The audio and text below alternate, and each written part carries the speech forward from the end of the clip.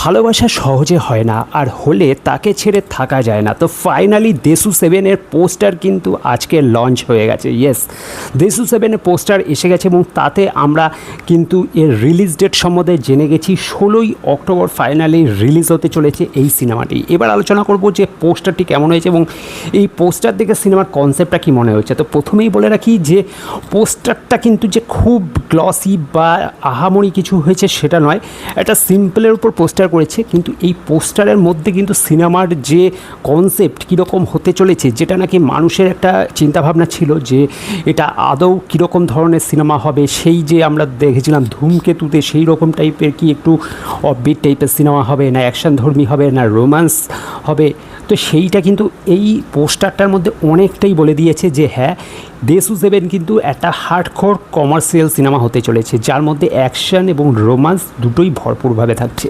পোস্টারের মধ্যে আমরা যেটা দেখতে পাচ্ছি, একটা ভাঙা ধ্বংসাবশের জায়গা, যেখানে নাকি বিশাল কিছু একটা চোটপাট হয়ে গেছে বোঝাই যাচ্ছে। সেখানে একটা ভাঙা গাড়ির উপর দাঁড়িয়ে আছে দেব এবং শুভশ্রী, এবং দেবের হাতে একটা মেশিন গান বা অর্থাৎ বড় একটা গান নেওয়া, এবং সেইখানে দাঁড়িয়ে রক্তাক্ত শুভশ্রীকেও আমরা দেখছি। তো বোঝাই যাচ্ছে সিম্পলি যে একটা ভালোবাসার মাঝখানে যে বাধা, সেই বাধাকে অতিক্রম করে তাদের অবশেষ যে জয়, সেই জয়ের মুহূর্তটা হয়তো এখানে ক্যাপচার করা হয়েছে। তো ফাইনালি এই পোস্টারের মধ্য থেকে কিন্তু দেশু 7-এর কনসেপ্টটা উঠে আসছে, যেটা অবশ্যই আশা করি আপামর দর্শক যারা বিশেষ করে দের ফ্যান, মানে সেই সময়কার, তো সেই চ্যালেঞ্জ পরাঞ্জয় জলিয়ারের যেরকম টাইপের অ্যাকশন মুভি ছিল প্লাস রোমান্টিক মুভি ছিল, তো ঠিক সেই রকম ধরনেরই কিন্তু একটা মুভি হতে চলেছে এই দেশু 7, যার জন্য অবশ্যই আশা করি দর্শকের যেটা চেয়েছিল অ্যাটলিস্ট ফাইনালি দেব সেই ধরনের একটা সিনেমা নিয়ে আসছে, যেটা পুজোতে আমার মনে হয় জমে যাবে।